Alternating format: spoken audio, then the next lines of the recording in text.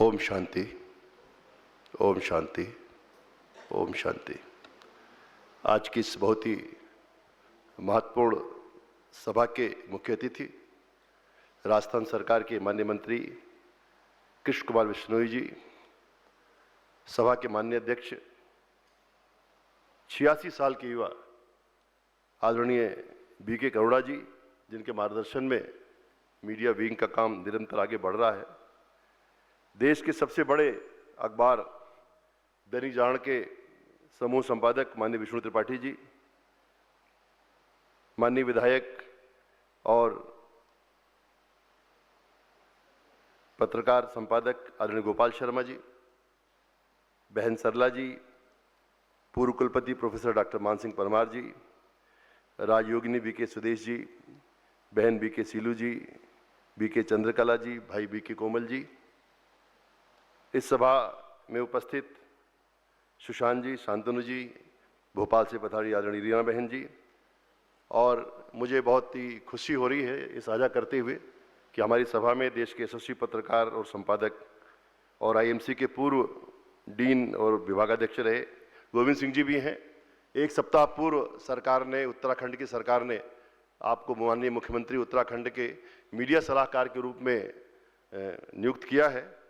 क्योंकि हम सभा में सर हैं पर हम उन्हें जाने पहचाने। सर एक बार खड़े हो जाएंगे तो हमारे पत्रकार साथी आपसे मिल पाएंगे। आदरणीय गोविंद सिंह जी को बधाई भी देना चाहता हूं, सिर्फ इस नाते नहीं कि वे उत्तराखंड सरकार के मीडिया सलाहकार हैं, बल्कि मीडिया के क्षेत्र में उनका बहुत यशस्वी योगदान है। देश के अनेक समाचार पत्रों के आप संपादक रहे और आईएमसी के साथ आपका जुड़ाव रहा। बिजनेस स्टैंडर्ड के अस्तु ओझा जी भी यहाँ हैं, आप भी खड़े हो जाइए तो हम दिखा दें झांकी थोड़ी सी। उमानाथ सिंह जी डीडी न्यूज से यहाँ पधारे हैं, वरिष्ठ संपादक हैं।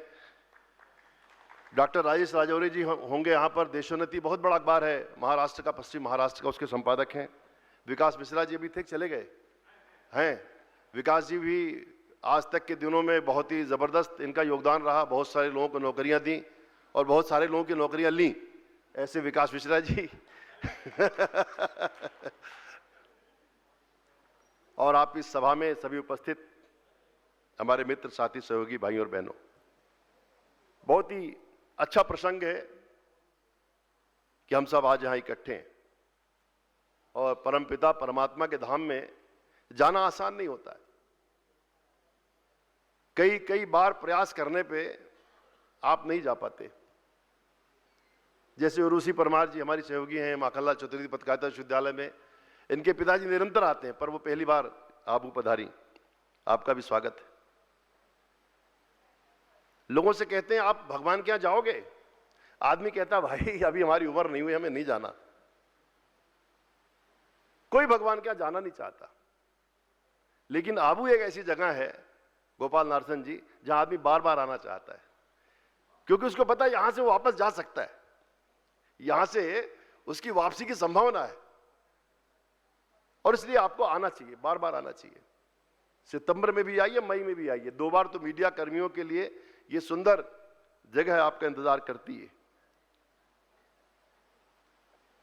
हम लोग आज मीडिया के माध्यम से विश्व शांति के बारे में बात करने वाले हैं। मीडिया में ऐसा क्या है कि वो शांति ला देगा? क्या दम है कि वो शांति ला सकता है?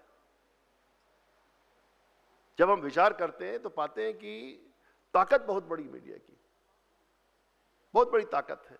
क्योंकि संवाद की जो शक्ति है, संवाद की जो ताकत है, दुनिया में कोई ताकत नहीं। बड़ी से बड़ी समस्या अगर हल की जा सकती है तो संवाद से हल की जा सकती है। युद्ध इसलिए होते हैं कि संवाद नहीं होता, और युद्ध समाप्त इसलिए होते हैं कि संवाद प्रारंभ हो जाता है। बड़े से बड़े युद्ध जो समाप्त हुए वे भी संवाद के कारण समाप्त हुए। चर्चाएं हुई, चर्चाओं से निष्कर्ष निकला और लगा कि युद्ध से कुछ मिलने वाला नहीं है, तो फिर संवाद का रास्ता अपनाया गया और बड़े से बड़े युद्ध समाप्त हो गए। और आपने देखा महाभारत जैसा युद्ध सिर्फ इसलिए लड़ा गया कि संवाद के लिए दुर्योधन तैयार नहीं था। उसने कहा सूच्या ग्राम न दास्यामि विद्य युद्धेन केशवा, सुई की नोक बराबर नहीं दूंगा बिना युद्ध के। और इसलिए संवाद समाप्त हो गया तो युद्ध हो गया, परिवारजनों के बीच युद्ध हो गया, परिवार का सर्वनाश हो गया। युधिष्ठिर की पीड़ा को समझिए, वो युद्ध जीतकर भी दुखी हैं क्योंकि युद्ध से किसी का भला नहीं होता। हमारे माननीय प्रधानमंत्री जी ने भी कहा कि युद्ध का समय नहीं है, और अगर युद्ध का समय नहीं है तो समय किस चीज का है? तो समय संवाद का है, समय कम्युनिकेशन का है। अगर हम लोगों के मन में संवाद और सुसंवाद की यात्रा प्रारंभ कर सकें तो मुझे लगता है बहुत सारी समस्याएं समाप्त हो जाएंगी। आज परिवार से लेकर के राष्ट्र और समाज का जो विघटन है वो सिर्फ संवाद न होने के नाते। प्रेम विवाह करने वाले लोग भी 6 महीने तक एक छत के नीचे नहीं रह पाते। इस प्रकार के संकट खड़े हैं। आप परिवार अदालतों में जाइए, जिलों जिलों की अदालतों में जाइए, छोटे शहरों में जाइए, परिवार अदालतें करा रही हैं मुकदमों की मार से। किसके बीच में है? पति पत्नी के बीच का मुकदमा है, किसी और के बीच का नहीं है। मैं भी ग्वालियर गया था, मैंने पता किया 17-18 हजार मुकदमे लगे हुए हैं। बेंगलोर में गए, शादी कर ली, अब मुकदमे लड़ रहे हैं, बेंगलोर से लड़का आ रहा है, इधर से लड़की आ रही है और घर तबाह हुआ है। ये सिर्फ संवाद न होने के नाते है। और इस नाते मीडिया की बहुत बड़ी भूमिका है, बहुत बड़ी भूमिका है। पर मीडिया को भारत के आधार पर खड़ा करना पड़ेगा। भारतीय आधार क्या है? भारत का जो आधार है वह संचार और संवाद की परंपरा है, जिसमें समस्याओं का हल प्रश्नों के माध्यम से खोजा जाता है। हमारे शास्त्रों में प्रश्नों के माध्यम से हमने हल खोजे। वो पूरी उपनिषद की जो यात्रा है, पुराणों की यात्रा है, प्रश्नोपनिषद है भी है हमारे पास, जहां वो सवाल कर रहे हैं और ऋषि उसके उत्तर देते हैं। सही सवाल पूछना, सही वक्त पर पूछना, सवाल कैसे पूछना, यह भी हमको सीखना है। हमारी ऋषि परंपरा हमको प्रश्न करना भी सिखाती है, कैसे प्रश्न करना। पर हम प्रश्न भी नहीं कर पाते। कई बार हम चिढ़ाने के लिए प्रश्न करते हैं, परीक्षा लेने के लिए प्रश्न करते हैं। प्रश्न हमेशा जिज्ञासा को शांत करने के लिए होते हैं। और क्योंकि पत्रकारिता की जो पूरी यात्रा है वो प्रश्नाकुलता से ही प्रारंभ होती है। जिस दिन प्रश्न समाप्त हो जाएंगे, पत्रकारिता भी समाप्त हो जाएगी। सवाल उठाना हमारा काम है, पर सवालों को कैसे उठाना, सवालों को कैसे लिखना। और इस नाते पत्रकारिता को एक आध्यात्मिक आधार से जोड़ना पड़ेगा। उस संचार और संवाद की जो भारत की परंपरा है उससे जोड़ना पड़ेगा। आज हम कहां जा रहे हैं? आज हम संवाद के बजाय विवाद पर जाते हैं, संवाद के बजाय वितंडावाद पर जाते हैं। और जब आप वितंडावाद रचना चाहते हैं तो समस्याओं का सवाल हल नहीं होता, बल्कि समस्याएं और विकराल रूप में सामने खड़ी होती है। मैं अनेक ऐसे मित्रों को जानता हूं, माननीय विष्णु जी, जो एक गाड़ी में बैठकर जाते हैं, एक गाड़ी में बैठ करके चैनल के ऑफिस में, मानिए चैनल पे वो होनी, चर्चाएं होनी है, एक गाड़ी में कांग्रेस बीजेपी दूसरे दलों के प्रवक्ता बैठ के जाते हैं, हंसते मुस्कुराते बात करते हुए। फिर चैनल के जैसे खिड़कियां खुलती हैं, 8 फ्लोर खुलते हैं, वो जैसे लगता है शत्रु हैं, भारत पाकिस्तान बन जाते हैं। मैंने आज तक किसी चैनल पर किसी प्रवक्ता को कहते नहीं सुना कि मैं आपकी बात से सहमत हूं, मैं अपने आप में सुधार करूंगा। कोई नहीं कहता। हमारी परंपरा ये है। जगत गुरु कहते मैं सीख के आऊंगा फिर बहस करूंगा। मैं पढ़ करके इस विषय में मुझे जानकारी नहीं, मैं थोड़ी अपनी जानकारी बढ़ाऊंगा फिर आके बात करूंगा आपसे। हमेशा नहीं कहते। हमने असहमति को अपना सौंदर्य बना लिया है, और इस नाते समाज के प्रश्न वहीं के वहीं खड़े रह जाते हैं। और आप देखिए, नवाज देवबंदी साहब लिखते हैं, अगर बिकने पे आ जाओ तो घट जाते हैं दाम अक्सर, न बिकने का इरादा हो तो कीमत और बढ़ती है। और इसलिए हमें करना क्या है हमें पता है। ऐसा नहीं कि हमें पता नहीं है, हम जानते हैं, हम सब कुछ जानते हैं। जानी जान नर करे ढिठाई, हम सब कुछ जानने के बावजूद भी अनजाने बनना चाहते हैं। और इसलिए अगर जगत गुरु बनना है तो जगत गुरु हर क्षेत्र में बनना है, सिर्फ आर्थिक प्रगति के आधार पर नहीं बनना है। हमें अपने मीडिया में भी इस प्रकार के तत्व लाने पड़ेंगे जो हमें जगत गुरु बनाते हो। आत्मा के सत्य को जाने बिना गुरुता संभव नहीं है। और इस वातावरण में एक हमेशा एक औपनिवेशिक मानसिकता हमारे अंदर हावी रहती है, जिसके नाते हमें लगता है कि अपने मुल्क में ही अजनबी हो गए हैं हम। जैसे मुझे लगता है कि मैं शिक्षा के केंद्र में हूं, पर क्या मैं शिक्षित हो रहा हूं या मैं शिक्षा दे रहा हूं? वहां लगता है कि दुकानें चल रही हैं। पराई सोच और पराई भाषा ने हमारे मौलिक ज्ञान को ढक लिया है। इससे हमें दूर होने की जरूरत है। मैं न्याय के लिए न्यायालय जाता हूं, मुझे वहां न्याय नहीं मिलता। मैं लोकतंत्र में हूं, पर यहां ढंग का प्रजातंत्र भी नहीं है। राजा की जगह हमारे लोग बैठे हुए हैं, पर पराये लगते हैं। हम एक लोकतंत्र का स्वांग कर रहे हैं, पर इस लोकतंत्र में जो उसकी आत्मा है क्या, इसको हमको विचार करना पड़ेगा। और इसका कारण यह है कि जो कुछ भी हमारे स्वभाव की सहजता के विपरीत गढ़ा जाएगा, उस दुनिया में मैं हमेशा अजनबी की तरह रहूंगा। लोग कहते हैं कि हिंदुस्तानी बहुत कानून तोड़ते हैं। कानून का सम्मान नहीं करते। ये कानून हमारे लिए बने नहीं है, ये हमारे स्वभाव के विपरीत हैं, इसलिए हम इसको तोड़ते हैं। आईएएस अफसरों की सभा में माननीय प्रधानमंत्री जी ने कहा था, वो सिविल सर्विस डे के दिन, गोविंद जी ध्यान होगा आपको, 2015 के सिविल सर्विस डे पर प्रधानमंत्री नए नए बने ही थे।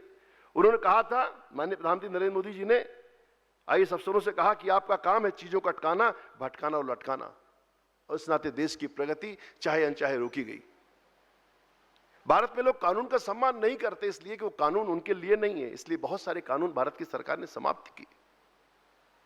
और स्वामी विवेकानंद हमें इस दायित्व बोध को याद दिलाते हैं। इससे पत्रकारिता की बात नहीं है, ये भारत की बात है। स्वामी विवेकानंद कहते हैं, दुनिया में संपूर्ण विश्व को देने के लिए भारत के पास अपना एक विशेष संदेश है। देना भारत का कर्तव्य है और देते जाना भारत की नियति है। और इसलिए कम्युनिकेशन के जो साथी हैं, पत्रकारिता के जो साथी हैं, उनको अपने कठिन दायित्वबोध को स्वीकार करना पड़ेगा। ये दायित्वबोध स्वामी विवेकानंद हमको देकर के गए, हम इससे पीछे नहीं हट सकते, हमें देना है। एक सार्थक संचार, एक सार्थक संवाद की दुनिया हमें बनानी है। और आप देखिए, भारत के प्रधानमंत्री रहे माननीय राजीव गांधी जी ने 1985 में कहा, दुनिया वालों, भारत को अगर आप जानना चाहते हैं तो केवल किताब पढ़ने से संभव नहीं होगा, भारत का जीवन आपको देखना होगा, भारत के जीवन की विविध लीलाएं आपको देखनी होंगी। इसलिए भारत का जीवन देखो, उसके बाद भारत को समझो। और इसके बाद उन्होंने न्यूयॉर्क में भारतोत्सव की योजना बनाई। एशिया के लिए टोक्यो में, पेरिस में, रूस में आयोजन हुए। इसलिए भाषा के क्षेत्र में, शिक्षा के क्षेत्र में, ज्ञान के क्षेत्र में, राजनीतिक संरचना के क्षेत्र में, पॉलिटी के क्षेत्र में जो हम काम कर रहे हैं, उससे धर्मपाल जी बड़े दुखी थे। और धर्मपाल जी की याद में इसलिए करना चाहता हूं, मुझे आपसे कहना है कि आप उनकी ब्यूटीफुल ट्री को पढ़िए।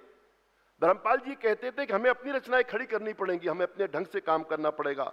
धर्मपाल जी ये भी कहते थे कि शताब्दियों की गुलामी का झूठ हमें कहीं का नहीं छोड़ेगा। वे कहते थे, सच्चाई ये है कि भारत कभी गुलाम नहीं रहा, भारत सतत संघर्षरत रहा। हमें हमारी स्मृति भ्रष्टता से बचना पड़ेगा, और ये काम मीडिया के साथियों को करना है। स्वीकार्यता से विश्व शांति संभव है। जो मूल्य जो श्रेष्ठ है, जो समावेशी हैं, जो विविधता और बहुलता को आदर करते हो, उन्हीं से भारत बना है। दुनिया को भी शांति चाहिए, दुनिया को भी सद्भाव चाहिए, तो भारत नहीं, भारत के मूल्यों को हमको अपनाना पड़ेगा। मीडिया की इसमें खास भूमिका है, तनाव कम करने में, संवाद बढ़ाने में। आज के मौके पर मैं आप सबका आह्वान करना चाहता हूं कि हम सब विविध विचारों का आदर करें, सबको साथ लेकर के चलें।